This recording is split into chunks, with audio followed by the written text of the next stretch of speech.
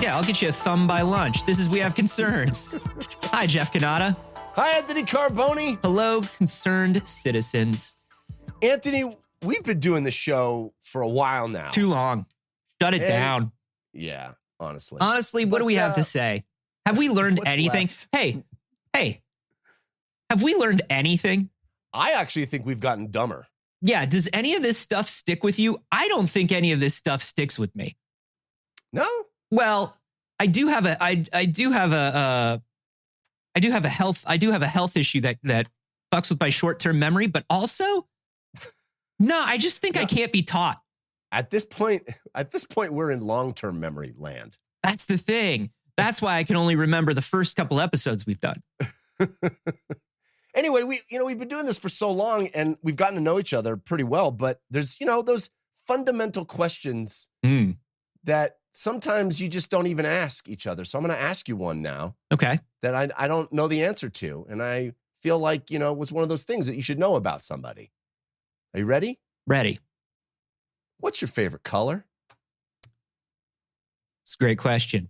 I go back and forth, but it's usually like a blue, like a royal blue or a teal, Yeah. If you're somebody who watches the video sessions of these things, you can probably tell.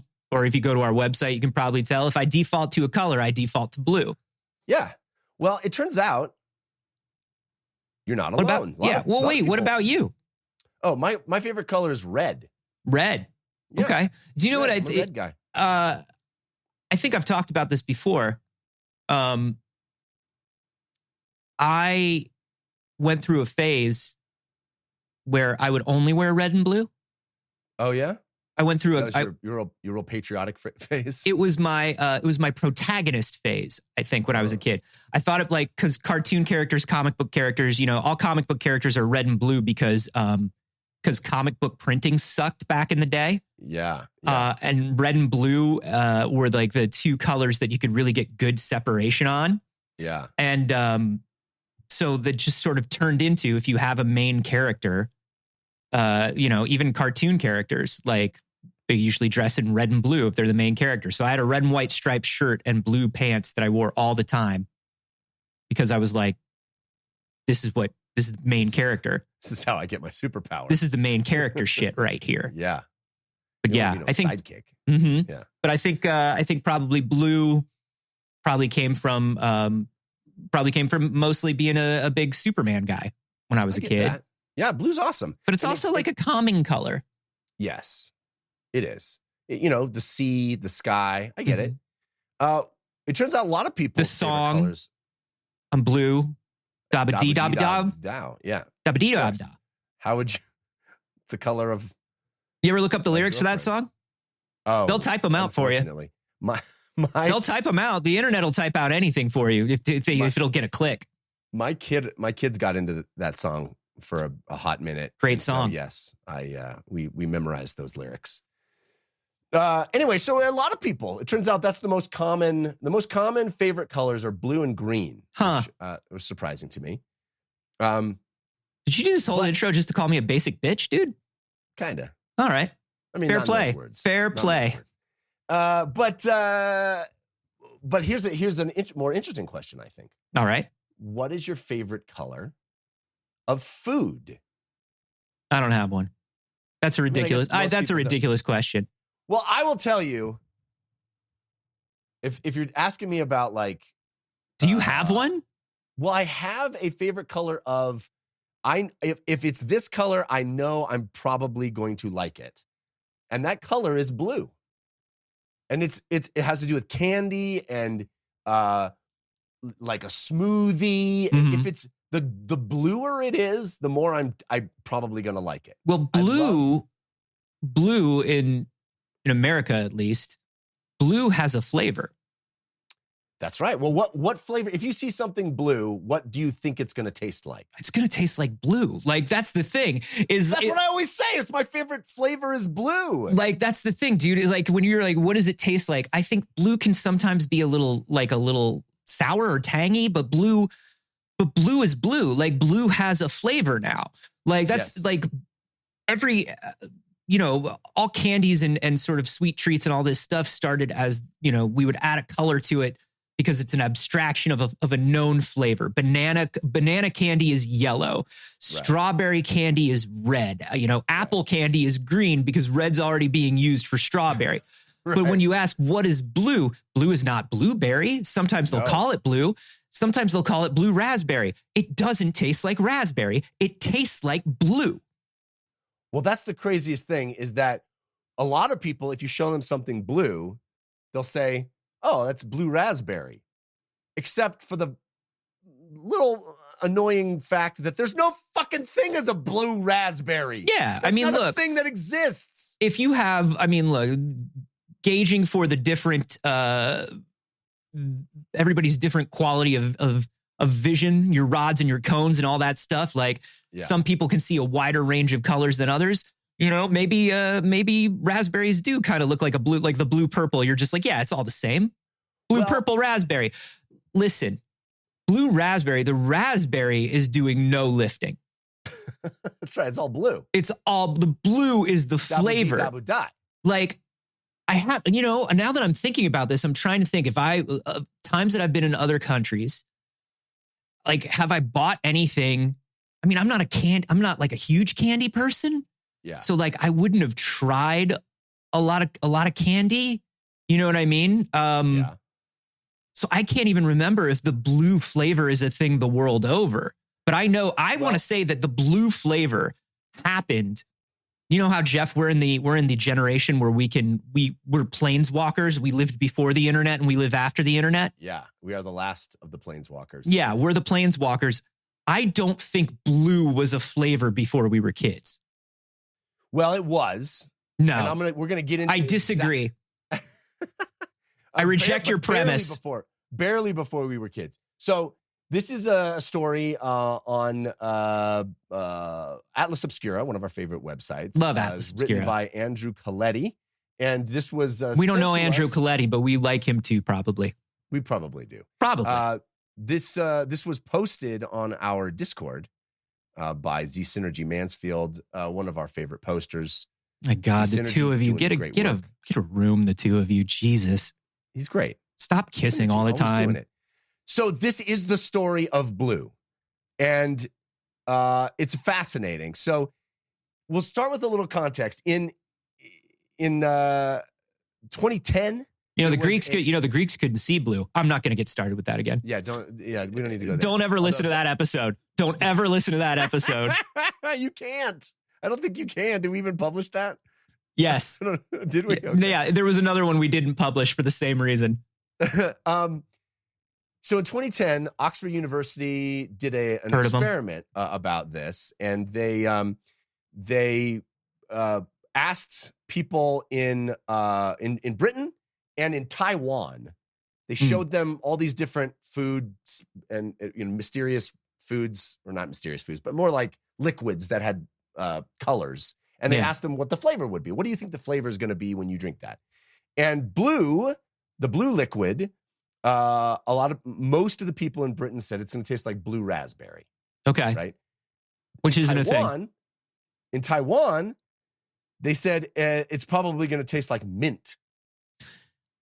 It's mint over there. No, I could see that. Right? I could see that because usually blue food is not like a dark blue.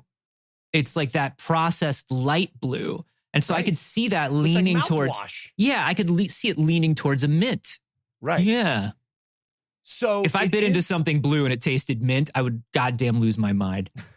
Do you know when you put a straw into a drink and you suck the drink up the straw and you don't realize that the drink is actually room temperature? Do you know that feeling?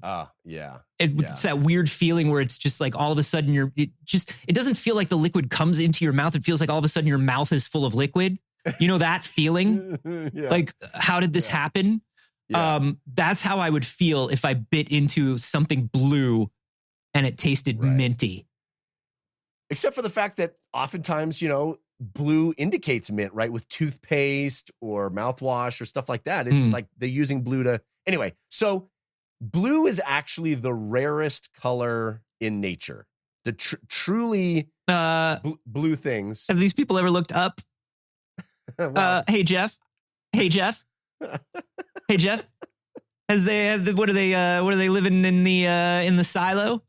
What are they under the dome? What's going on here? Obviously, the sky and sea notwithstanding. Yeah. You ever looked at the water? Animals and plants. Hey, Jeff. Hey, Jeff. Hey, Jeff. If you had to guess, is the Earth more land or is it more water? Hey, Jeff. I mean, in plants and animals. In plants and animals, only about 10% of all flowering plants have blue in them, and actual blue pigment is exceedingly rare. It only is in a few species of butterflies and fungi. In fact, you'll see like, oh, there's blue fish are blue and there's blues. Yeah. But most of the blue that you see in animals that aren't butterflies or fungi is not actual blue pigment. It's actually an optical illusion of other different colors that are layered onto each other that appear blue. But if you tried to extract them into a pigment, you would not be able to get blue out of it. Okay. Science on a technicality yet again. Here's the thing. For functional purposes, if you look at an animal is blue, that's blue animal. Like, that's sort of like, I understand what you're saying. If you want to extract blue from that, if you want to suck the blue out of it like a blue vampire, I get what you're saying. But here's what I'm saying, Jeff. Yeah. I don't look at a screen and go, well, that's not actually on that screen. That's not actually a picture of a house. That's actually just a bunch of red, green, and blue pixels. And there's no real house on that screen. Like, I could say that. I could. Right. If I wanted to be that guy, I could. Who wants to have dinner with that guy, though? No, but it's not about that. It's more about, like, if you want to make food blue, it's hard. Sure. Right? Because you're trying to get pigment from something. Hey, Jeff. To bluify it. Hey, Jeff. They ever been to the grocery store? Hey, Jeff, they ever gone down the aisle? You just get a blue? What blue are you asking about? Food coloring, Jeff? Well, I'm telling you about how it came to be. I'm telling you the history of blue food coloring. Well, you're positioning it as that nothing can ever be blue. And I'm like, hey, Jeff. No, I'm saying it was. You're saying, how would you even get blue if you wanted to get blue? I'm saying it's hard. Blue is rare. Like there's blue corn, but it doesn't actually look blue. Blue corn.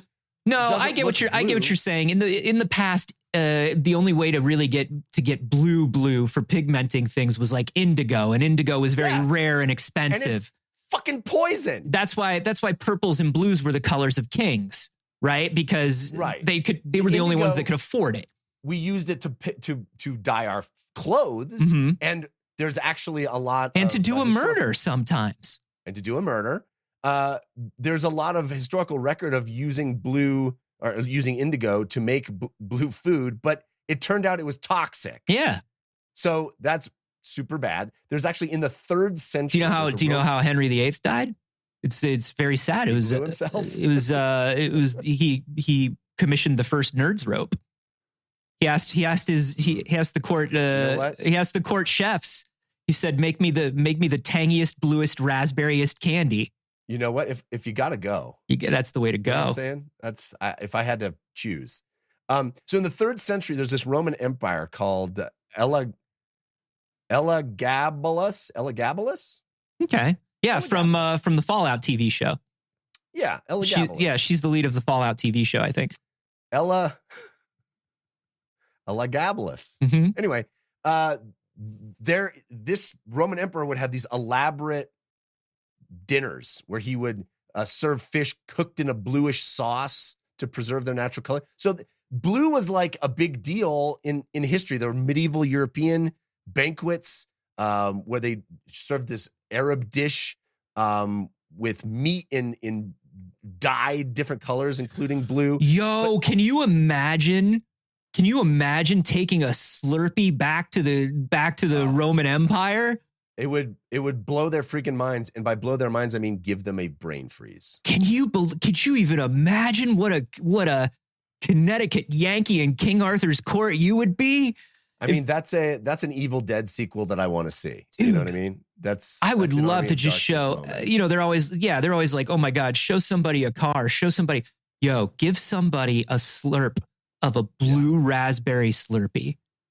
They would literally, the amount of sugar that they would taste, it would change their lives. It's more than they would have in their entire lifetime. Are you kidding me? Yeah, it would be the most delicious thing they'd ever taste. And it's blue. They would lose and it's cold. Yeah. They would lose their minds. That's the challenge, though, is how do you transport the Slurpee back in time with you and not have it just be, pure liquid? You keep it in a little igloo. You keep it in like igloo for you? Yeah, like a little cooler, a little handle cooler and some ice. Just to pay no attention, ancient peoples, to my magical cooling device. Look Jeffrey, instead at the blue drink that I've brought inside it. Do you know how? Listen, the drink is like David Copperfield making the Statue of Liberty disappear. It happens at the end. They would be equally as impressed, Jeff. It's a process. With your magical cooler full of ice. Do you know what fucking ice? You just carry it with you, and I brought winter in a bucket. Yeah, and you keep it cold. Like, listen, there are literal historical accounts of kings being brought sherbet, like being brought and they would have to it would travel in an entire like wagon of ice just to make it to the king, so the king could have like ice cream. You're just carrying it in your hands? Get the fuck out of here. And you know how to make blue?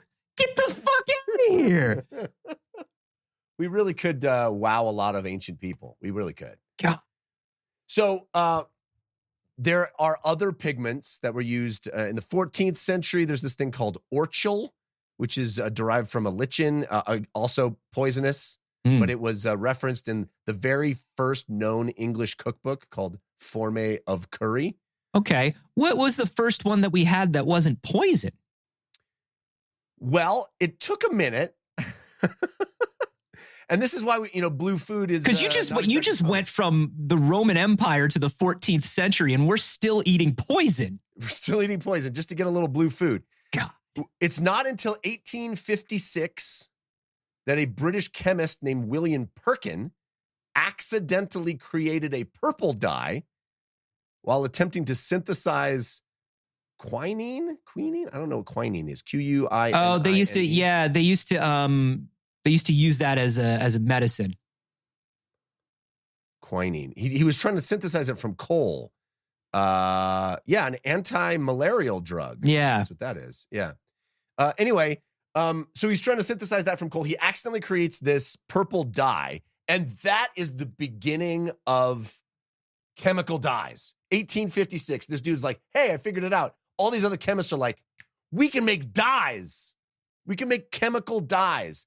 And all of a sudden, the late 19th century is like, everything goes crazy for chemical dyes. And the reason that it happens then is because it coincides with the industrialization of farming and food processing. And so all the food starts looking like absolute shit. And they're like, how can we make this food that has been processed to a state of pallid gray mush look delicious and fresh? Oh, we can inject color into it. We'll just put blue in everything. And then we went from having nothing blue to, there was a period in 1865 to 1873 where literally every piece of food in the grocery store was blue. It was, you would go in there and they were dyeing everything blue. They were just like, man, who knows? Like, has this gone rotten? Is this bad? Can we still sell this? I don't know. Make it blue. People love it. You would buy. That's not true. But we were reddening things. We were making stuff look fresher. Just stuff it with color. Ooh, people would love just a blue steak and blue potatoes. That was a working person's meal back then. You would have blue steak, blue potatoes, wash it down with blue milk. That's where George Lucas got the idea. It's from American history. So the late 19th century, we still haven't figured out blue. They couldn't find a blue dye that wouldn't stain people's mouths. Now, hold that in your head for a second because we're going to come back to that. Wait, so this guy invents blue. They invent, like, I'm telling you about, like, just chemical dyes started. And blue is still elusive. Oh, okay. Blue is still hard to get because all the other colors were knocking out of the park here. A lot. Right, but a lot of things in nature, a lot of things that you can extract for your chemical colorings start off as like a red or a green, is what you're saying. Right. You can't make blue out of nothing. Exactly. And so we're just rocking and rolling with chemical dyes. Now, to be fair, a lot of those are Is that where green eggs and ham came from, 1873? A little early for Dr. Seuss. But to be fair, a lot of those are still very toxic and very harmful to the body. But we're just pumping it into all the industrialized garbage that we've now made. It's really a beautiful time to be alive. We still have like red 5 or whatever going around in some foods or something. Don't we? Yeah. It's bad. Now, I'm going to get to that too. But so they're in the 19th century, they love dyes because they could enable the food to, quote, be adulterated. I'm sorry? I mean, like American Pie? You could fuck with food and cover it up by making it still look okay with the color. Okay. It's well, I get what you're saying is we're in this age where we're 50 years out from the cotton gin, where we've got all this like you're saying, we've got industrialization. We're putting food we've got actual mass market canneries and things like that now. Yes. People are buying cans of farm, baby. Yeah, they're buying cans of food, they're opening it up. There's botulism in it because we haven't quite figured that out. But if the food is like a bright red. Oh, it looks great. It looks fresh. That doesn't look like botulism to me. It smells like it, but I'm going to ignore that. We're in this beautiful sweet spot, Anthony, in this time period between discovering how to fuck up the food and then before regulating those fuck ups. Yes. And so we're in this beautiful, perfect place of like anything goes. And as long as it passes the eye test, we're gonna ingest it, right? Look, let's be honest. You know, we're in the late 1800s here. We're in a post-war situation. Yeah, you know, we're rebuilding. People don't have a lot of money. If you get a can of botulism, well, baby, that's the botulism you're gonna eat. That's right. You're lucky. You spend 5 cents on that can of beans, and let me tell you something. That 5 cents has to go a long way. Yeah, that's right. So we've got blue, but it still stains the mouth. We're not happy with the blue. What we're using the blue for, we're putting tiny bits of blue into sugar. Because actually it makes the sugar seem whiter. Yes. Not blue. It makes it seem whiter, which is, right. Because naturally sugar is a little yellowish, is a little more molasses colored. And so if you look at your color theory. Yeah, you look at your color wheel, you're gonna neutral that out. It's like those fake ads that you get all the time on Instagram and TikTok for the purple toothpaste. Yeah. Have you seen that? Oh, yeah. Oh, yeah. Where it's just like, are your teeth nasty? Based. Yeah. Hey, are your teeth nasty yellow garbage, you disgusting human? Hey, why don't you rub purple goo on it? Yeah. And maybe that'll turn them white, you fuck. Yeah, but you also see... It's not going to work. Even today, you'll see like laundry detergent with blue crystals. Yeah. Or, anything that you want stuff to get whiter. It's like, we put some fucking blue in that shit. Yeah, the Tide Pods that I throw into my coffee every morning are blue. That's right. Wait. You ever tried it? It's delicious. No, I don't enjoy coffee. It's a lie. That's a lie. Okay, so by 1930, he does enjoy coffee, but he doesn't drink caffeine, and he's sad about it every day. I don't even like the taste of coffee. I know you don't, but you miss caffeine. Tide Pods as you want into it. I do miss caffeine. So by 1930, we have come out of this uncanny valley of awful without any oversight. Right. And by 1930, there's only 15 approved dyes that we can dye food with. Guess what? Some What? of them are still awful. Yeah. What's the one that everybody that I remember this vividly on the playground as like 9 and 10-year-olds. I remember us talking about how there was some dye in a soda that would lower your sperm count, as though any of us knew what that meant. But we were very concerned about it. They were like, it messes with your penis, man. And everybody was just like, yeah, sure. Okay. That sounds horrible. There's a bunch of stories submitted this week in the Discord. A number of people posted the story about how the orange dye from Doritos, yellow number 5. Yellow number 5. They just discovered that it will make rat skin translucent, or the skin of mice translucent. Could I get translucent skin if I eat enough Doritos? And the coolest thing about it is when you wipe it. So the way they do it, this is a tangent. This is not the story I wanted to do, but it's fascinating. So why is this not the story? They take yellow number 5, which is literally freaking nacho cheese Doritos color. Yeah. And they describe it as massaging it into the skin of mice, but then they say using micro needling. And I'm like, you know what? That's not fucking massaging. That's tattooing. That's true. But whatever. But so they micro needle it into the skin of mice. It turns the skin translucent. Whoa. So you can literally see the underlying organs. Yes. And then you can wash it off and the skin turns opaque again. Dude, why are we sitting on this? Why are we sitting on this knowledge and not doing it? What are the side effects? Do the rats die? The rats probably die. It's probably not a good chemical for their skin. They think it might be non-toxic. What? Although, it non-toxically turns the skin translucent. They think it might be. They think this might absolutely transform the medical profession, where you can literally go in, instead of getting an x-ray, they just rub nacho cheese Doritos on your skin. Oh my God. Then, yeah. Anyway, that's not the story. Everybody leaves the doctor just licking their own fingertips for like hours. Yeah. It's just like, dude, do you want to come over and play some games? No, give me a minute. I don't want to get this all over your controller. If they think this is amazing, what are they going to be able to do with Cool Ranch? You know? So yellow number 5 is the one that turns you invisible. There's one that the children on the playground think messes with their penis. Right. What are these bad dyes? So red number 2. Red 2. In the 30s, or after the 30s, is like one of the approved dyes. But there's a lot of bad shit that happens because of red 2. No, that's Wedge Antilles, dude. That's true.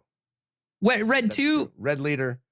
Red number 2 over here. Yeah, that's right. Wedge never did anything wrong. By 1974, which is right before Star Wars comes out, red number 2 is banned. Do you think that's where George Lucas got it? Yeah. It's probably where he got the blue milk and the red number 2. He's really up on this story in the mid-70s. He loves food science. A lot of people don't know that about the guy. It's true. So red number 2 is deemed carcinogenic and banned in 1974. But before that, in 1958, there's this company in Cincinnati called Gold Medal. And they have come up with a new flavor that they think the kids are gonna absolutely love. Mm-hmm. But, and I can't emphasize this enough, Anthony, because this is extremely rare in the stories that we cover. It's extremely rare to find anybody in any industry that actually has a conscience. Yeah. Because these fine folks at the Gold Medal Corporation in Cincinnati, Ohio, didn't want to use red number 2. Even before 1974, when it's banned, they're like, I don't feel good about putting the red number 2 in a drink that we're going to give to the kids. Which is, hey, high five to Gold Medal. That's Ohio, baby. That's Ohio. What's up? Salt of the earth. That's what's up. That's what's up. Salt of the earth. Listen, Cincinnati's no Cleveland, but they get it. They get it.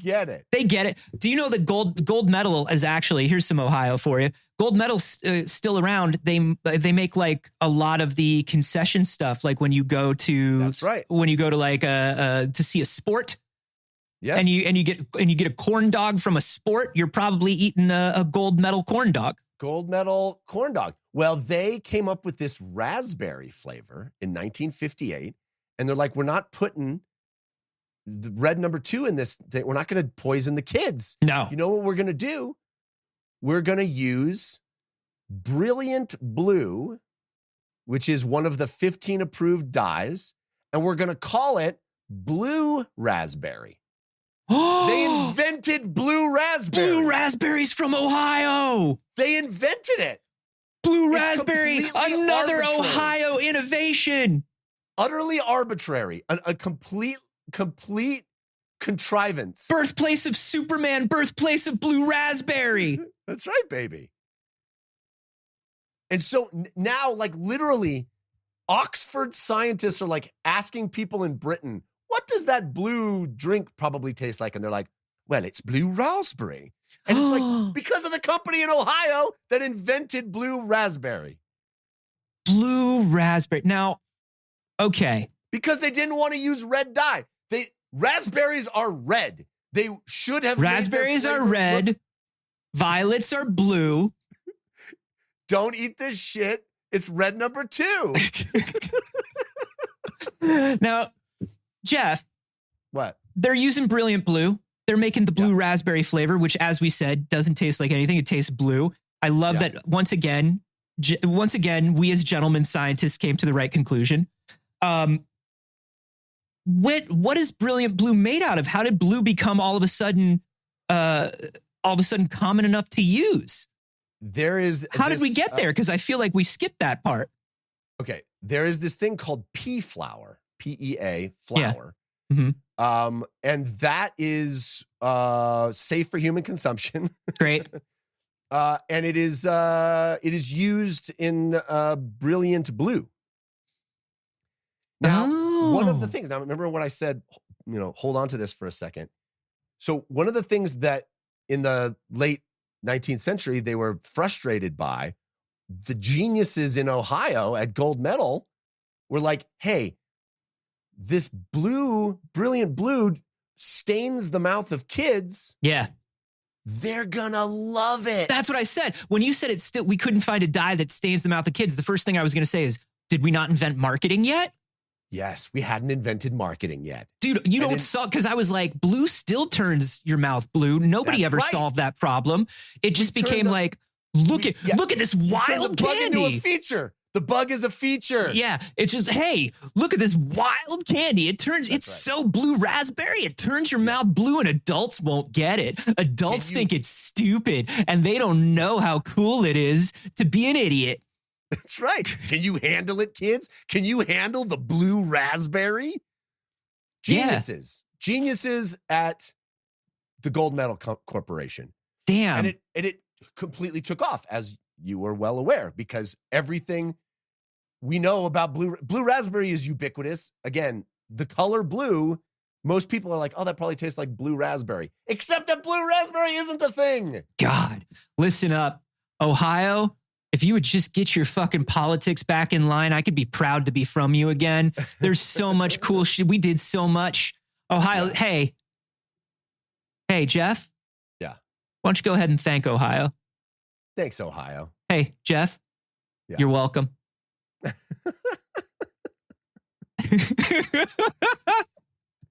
So blue dye became ubiquitous, or became inseparable from blue raspberry. So it's literally just the other one would have killed kids. So we went with this one. Yes. And again, so now, because they wanted it to be red. Yes. But they couldn't, in all conscience, and this is 20 years before they weren't allowed to. We could have had, would it have been red raspberry? Or probably would have just been raspberry. Well, raspberries aren't really red either. I mean they're kind of a purplish. They're pretty red. They're more red toward, you're right. You're right. Yeah. You're right. Yeah. I'll give you that one.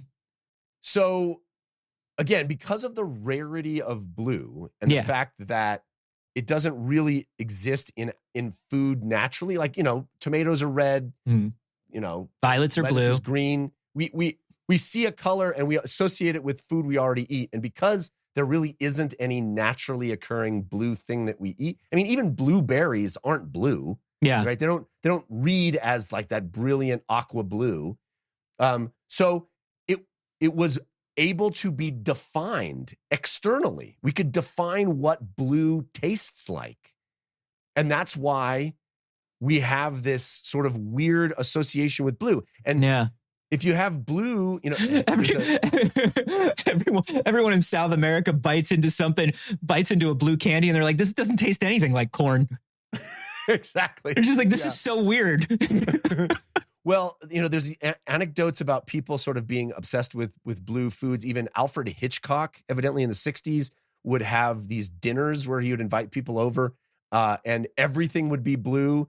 Martinis to prime rib, everything would be dyed blue just to sort of mess with people. And there is this notion of like, if people just inherently are repelled by blue meat. Now was Hitchcock just kind of a fan of goofs like that, or was he a student? Was he a student of American history that understood that from 1856 to 1873, all American food was blue, and so he was sort of like bringing it back? I don't think that is either true or accurate. Well, agree to disagree. But, no, it's. I think he was just kind of being a cheeky fella. I think there is something where like there is something where even as adults we do like novelty in food. Novelty in food is always fun and interesting. Like, so I would imagine that, you know, being able to turn things blue, you can just be like, well, I know that's not something that's naturally happening. That's something fun that we did. That's got to be a fun food. We made that. That's exactly right. Blue became a fun food. That's why like blue cotton candy. But the reason that we eat candies and sugary things and stuff that's blue is because we already know that it's processed. We already know it's artificial. We already know that it's like an abstraction. Yeah. And so the blueness of it is not off-putting. But if you bluify, if you dye things that are supposed to be more natural, like meat or vegetables, and you make them blue, we immediately recoil because there's no such thing as a blue thing like that, you know? Yeah, I don't know, because I make cough syrup chicken all the time, and that's blue. I make that cough syrup chicken that I saw on TikTok. That sounds foul. That's completely. I don't mean that as a pun. No, it's little NyQuil chicken. You never did the NyQuil chicken. You just cook it in a little cold medicine, and you get the nice dreams. Cold medicine is disgusting. Yeah, this became such a problem, Jeff, that that poison control needed to get involved. Like the CDC needed to get involved and tell people like, hey, stop making NyQuil chicken. This was like, I honestly think we're literally at the 2-year anniversary of NyQuil chicken. I think NyQuil chicken was like 2 years ago, September. Was it like a COVID thing? No, dude, it was an idiot thing. Oh, okay. People were just cooking chicken in cold medicine, having that scissor chicken. Sure. Having that lean chicken is what they call it. Real lean. Real lean. Not for me. Thanks. I don't know. Give it a shot. See what you think. Don't give it a shot. It's actually very dangerous. It's actually very dangerous. So you probably heard of Bombay Sapphire, right? They put gin in a blue bottle to make it seem fancy, but the actual gin itself isn't blue. But this other company, London number 1, in 2012, Bombay Sapphire isn't really blue? I don't think so. It's just a blue bottle. What? Yeah. The gin is clear, right? And it's in a blue bottle. No. But this other company launched an actual blue gin in a clear bottle called London number 1. And people were like, I don't know. It's not supposed to be blue. I don't know. People don't trust blue colors unless they know it's an artificial thing. I always thought that Bombay Sapphire was really blue. And like, here's the thing, Jeff. I've had gin drinks that were made with Bombay Sapphire that weren't blue. I don't know what this is in my brain. Sure, my brain was just like, you saw it in the bottle and you assumed that's what it looks like. I assumed it was all bottles are clear. Jeff, I was a bartender for a little while. You know what? I'm not going to interrogate that. Jeff, how did I never know? I guess in my brain, I just thought, yeah, but then you mix it with other things and it's not like really blue. It's just like a little blue. So like it's not blue enough. The concentration of blue, it's not like a deep, rich blue. And so when you mix it with like a tonic or something, it's not blue anymore. Or maybe it's just like a little tinge of blue. I am such a buffoon. I am an absolute maroon, Jeff. It was the bottle all along. It was the bottle. Unless you buy that London number 1 and then you get the actual blue gin. No, that seems weird to me now that I know. So as pea flower became more of this preferred natural dye. So where was the pea flower this whole time is what I'm wondering. In Asia. Ah. Yeah. So they had tons of blue.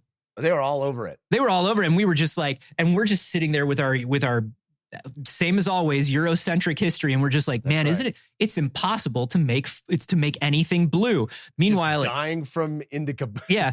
Meanwhile, in China, everybody is just like, oh, I'm just going to put on my blue robe to go with my blue blanket. That's right. Eating my blue food. Yeah. Having a blue drink. Boy, it sure is cool to know everything about blue. It's just here in nature. All anyone has to do is ask us. Dabu dee, dabu die. Literally anyone. Just come ask us. No one? All right. Here's the cool thing about pea We got fireworks. Those aren't blue at all. They can be? I guess they could be. Yeah. How else would it be patriotic if we didn't have the blue part of the fireworks? That's right. So here's the cool thing that I want to tell you about pea flower. Okay. Pea flower and many blue dyes actually are very pH dependent. So what you can actually do if you've dyed something with pea flower, like directly like dyed, I don't know, a beverage or something, and you squirt a little lemon juice in it, it'll transform before your eyes from blue to pink. Like the toothpaste. Like the toothpaste on TikTok. Yeah. Whoa. Cool? I want to do that. That's really cool, actually. Hey, you want to impress your kids, dude? Yeah. Genuinely do that. Just be like, watch this magic. Well, I think that's what they use to make the milk blue at Disneyland and the Star Wars, the Galaxy's Edge.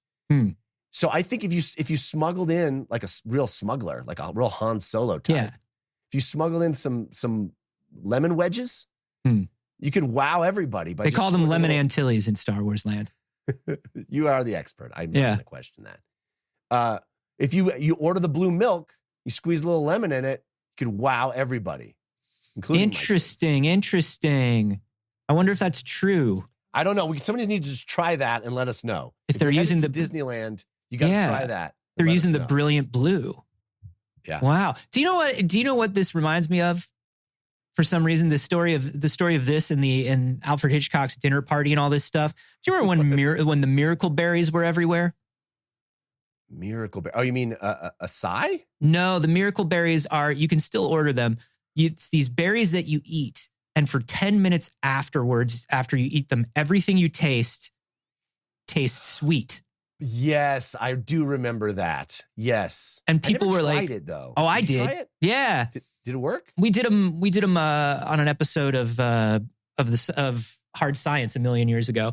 But we did a bunch of things to fool your senses, and we did the miracle berries. And it's true. You could take a miracle berry and then just bite into a lemon, and it would taste like sweet, like sugary sweet. And we actually had to stop me. I did so many takes, and they're like, no. It tastes fine, but we got to be careful the number of takes that we're doing because it is still a lemon. Like it will fuck up your stomach if you eat like 2 whole lemons. I just think what color is a miracle berry? How fun would it be? I think they're reddish. how fun would it be to have like a weird chemistry dinner party? Oh, dude, so fun. Like, yeah. You could have blue meat a la Hitchcock. You could have color changing drinks. You could have sour things that all of a sudden they're not. You could eat one of the miracle berries and then eat something blue raspberry flavored and it wouldn't be sour anymore. It would be all sweet all the time. Amazing. You could have fish like Emperor Ella Purnell. Ella Purnell. She was up for like 1 million Emmys this year, dude. Have some respect. I should know her name. Yeah. Yeah. Ella Gabalus. No, that's not it. Right. Anyway, that's the story of Blue, man. I think it's cool. I love this because I'm drawn to blue. I'm drawn to blue flavored things. And now I know it is all just a series of lies that has been ingrained in our culture. Well, of course. But that's the only color like that. Blue raspberry is a flavor. Yeah, of course. I love this too. I love what I'm both fascinated and horrified by what we've done to and with food, you know? Of course. Every day of my life, I'm like, is this food? What have we done? But I do love that we caught on very early to food being a part of food being about novelty, you know, and I think about like all the blue candies, but I also think about green ketchup for kids or purple ketchup, you know, or like the purple or green, like yogurt, the stuff that's supposed to be like, ew, weird. It's weird color. Yeah. And I think about me because I am still fat. I will still buy those things because I think they're fun. I don't eat ketchup, but if I did, I'd probably buy the green one. You don't eat ketchup? No, not really. What do you put on your hot dog? I don't eat a hot dog. What do you put on your delicious burger? I don't really eat burgers very often, but I don't do, I mean, like your fries into. Like, look, I don't have, I don't usually have burgers at home is the thing. Like I don't have ketchup at home, you know? Well, that's different than not eating ketchup. Yeah, but I very rarely eat ketchup. So it's not like I'm going out and buying a bottle of purple or green ketchup. It would just be in my fridge for a decade. But if you did, why get red, right? Yeah, why get red? Hey, you only live one life. You know what the gold medal company of Cincinnati says? You only live one life. Live it blue. Live it blue. Da-ba-dee-da-ba-da. Blue yourself. Hey, thanks to good old Synergy for sending this into the Discord. Such a good one. Please discuss your favorite novelty foods in the Discord, if you will. Hey, where? Yes. But how do I get to the Discord? What are you talking about? Discord? What? Oh, it's so easy, Anthony. All you got to do is go over to patreon.com/wehaveconcerns and support the show. It's a twofer, really. You get to make sure the show survives by supporting it financially and, putting your money where your mouth is, or your ears in this case, I guess. And for only a single $1 every month, which is only $12 a year, you can get access to that Discord. But hey, what if you've got more scratch? What if you've got a little more, you really, really care about hearing these fun, very fun stories. And you want to make sure We Have Concerns is around. Well, for the bluest of futures. Well, I'll tell you what, Jeff, what you could do is you could give just a little bit more money and get a little bit more in return. You can get things like bonus episodes, bonus videos. You can get early episodes, all kinds of stuff. Just head to patreon.com/wehaveconcerns. We'll tell you how. So good. So good. Are you going to rub some nacho cheese Doritos on your skin after this? You buried the lead so hard this week.